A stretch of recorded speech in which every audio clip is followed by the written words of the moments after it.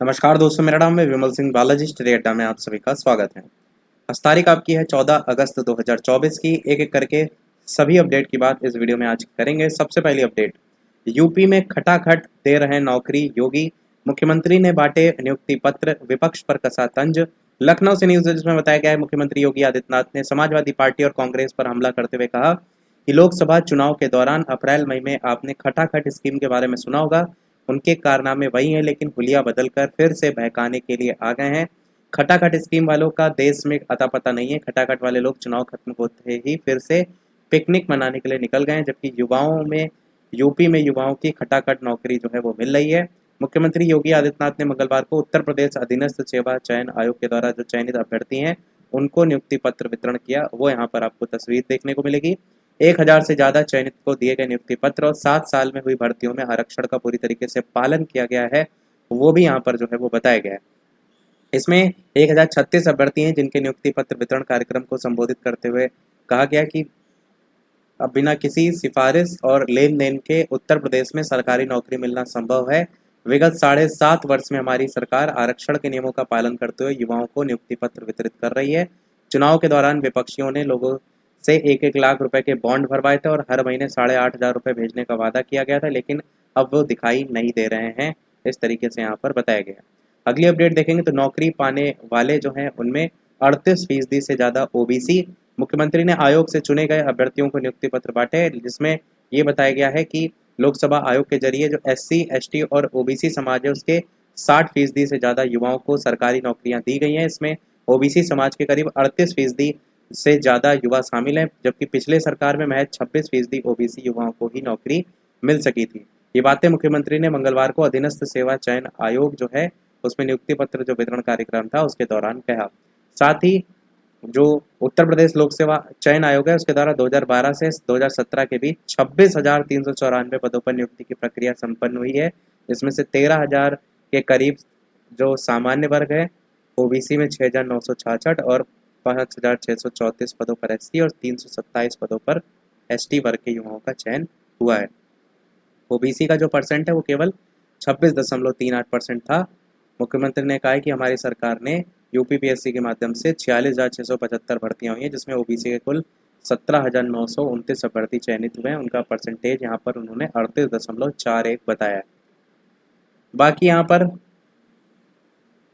वही सारी चीज़ें लिखी हुई हैं। 60% और 46,000 से ज़्यादा नौकरियाँ यूपीपीएससी के माध्यम से दी गई। अगली अपडेट की बात करते हैं तो TRE-3 OMR सीट आज आएगी। तीसरे चरण का शिक्षक नियुक्ति परीक्षा में शामिल परीक्षार्थियों की OMR सीट बुधवार को यहाँ पर जारी होने को लेकर वेबसाइट पर अपलोड की जाएगी, जिसमें ये भी क्लियर किया गया है कि हालांकि अपलोड होने में कुछ समय लगने के कारण गुरुवार से परीक्षार्थी इसे देख और डाउनलोड कर सकेंगे।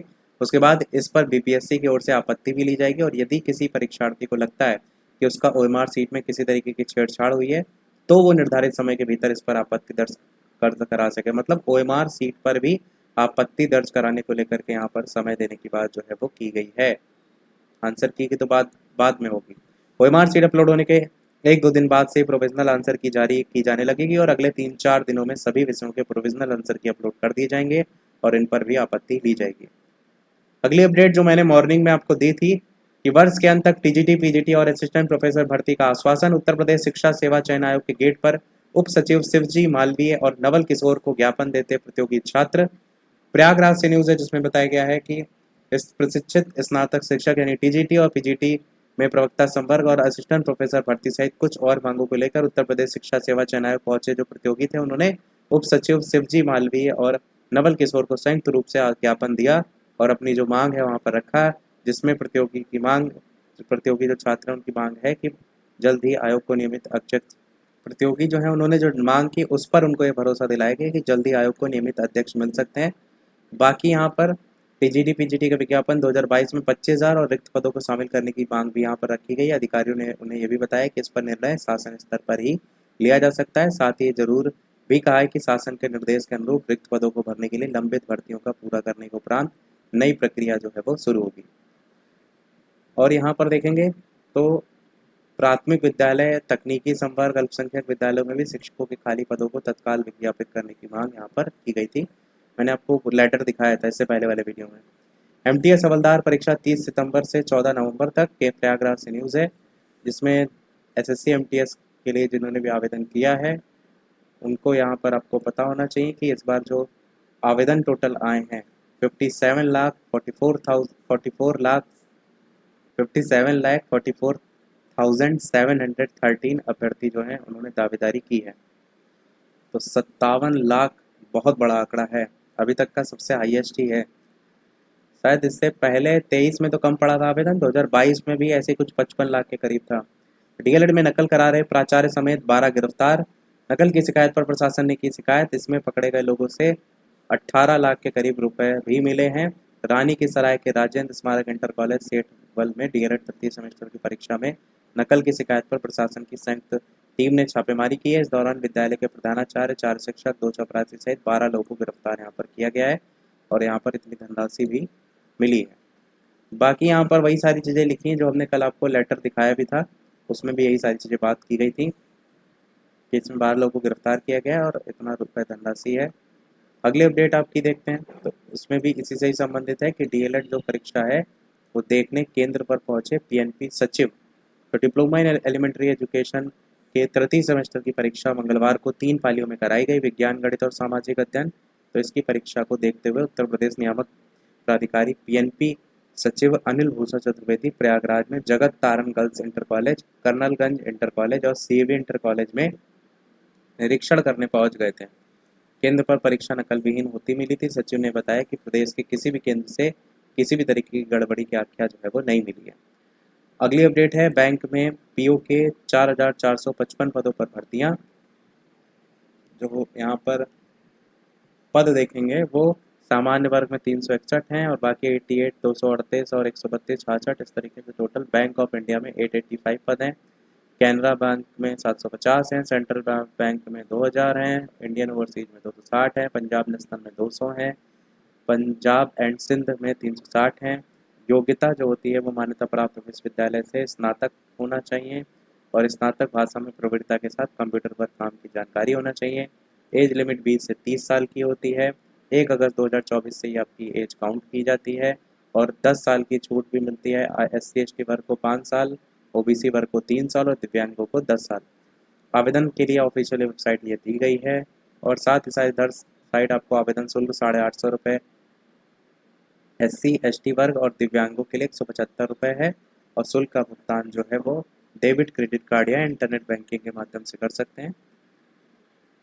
बाकी परीक्षा का प्रारूप को लेकर के डिटेल जानकारी यहाँ दी गई, वो भी आप देख सकते हैं और यहाँ पर कब से क्या आवेदन हो रहे हैं उसकी तारीख भी है। ऑनलाइन प्रारंभिक परीक्षा अक्टूबर में होगी और प्रारंभिक जो परीक्षा परिणाम है वो अक्टूबर-नवंबर में आ जाएगा। ऑनलाइन मुख्य परीक्षा नवंबर 2024, साक्षात्कार जनवरी-फरवरी और अंतिम आवंटन अप्रैल 2025। अगली अपडेट है अप्रेंटिस के 400 पदों के लिए आवेदन आमंत्रित, जहां पर अप्रेंटिस के कुल 400 पद हैं, इसमें तमिलनाडु, कर्नाटक, केरल, आंध्र प्रदेश, तेलंगाना इस तरीके से दिए गए हैं। योग्यता यहाँ पर 10वीं पास होनी चाहिए, साथ ही आपका ITI का सर्टिफिकेट भी यहाँ पर होना चाहिए उसी से जिस ट्रेड के लिए आप अप्लाई कर रहे हैं। आयु सीमा 18 न्यूनतम और अधिकतम 24 वर्ष और 31 जुलाई 2024 से ये एज आपकी काउंट होगी। अगली अपडेट 1000 के करीब रिक्तियाँ आएंगी। तो 70वीं BPSC परीक्षा की बात यहाँ पर की गई कि राज्य में नियुक्ति पुराने 50% आरक्षण कोटा के आधार पर ही होगा। पुरानी आरक्षण व्यवस्था के तहत ही होगी नियुक्ति। बिहार में 65% आरक्षण के मामले में सुप्रीम कोर्ट के निर्णय के बाद सामान्य प्रशासन विभाग ने जो स्थिति है वो स्पष्ट कर दी है।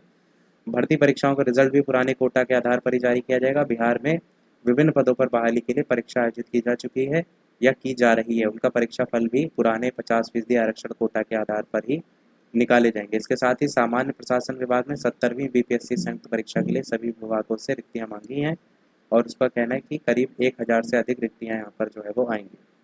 जो भी तैयारी कर रहे हैं उनके लिए एक अच्छा मौका है। लास्ट अपडेट इस वीडियो की, 92 प्राइमरी स्कूलों में विकास कार्यों की होगी जांच, लखनऊ से न्यूज़ है। तो यहाँ पर लखनऊ को लेकर के विद्यालय की स्थिति भी दी गई, उनके नाम भी दिए गए, तो वो भी आप यहाँ पर जो है वो देख सकते हैं। तो यही था हमारे इस ओवरऑल अपडेट में। कोई प्रश्न हो कमेंट में पूछ लीजिएगा, वीडियो लाइक शेयर सब्सक्राइब अवश्य कीजिएगा। मिलते हैं अगले अपडेट में, तब तक के लिए सभी को नमस्कार, जय हिंद।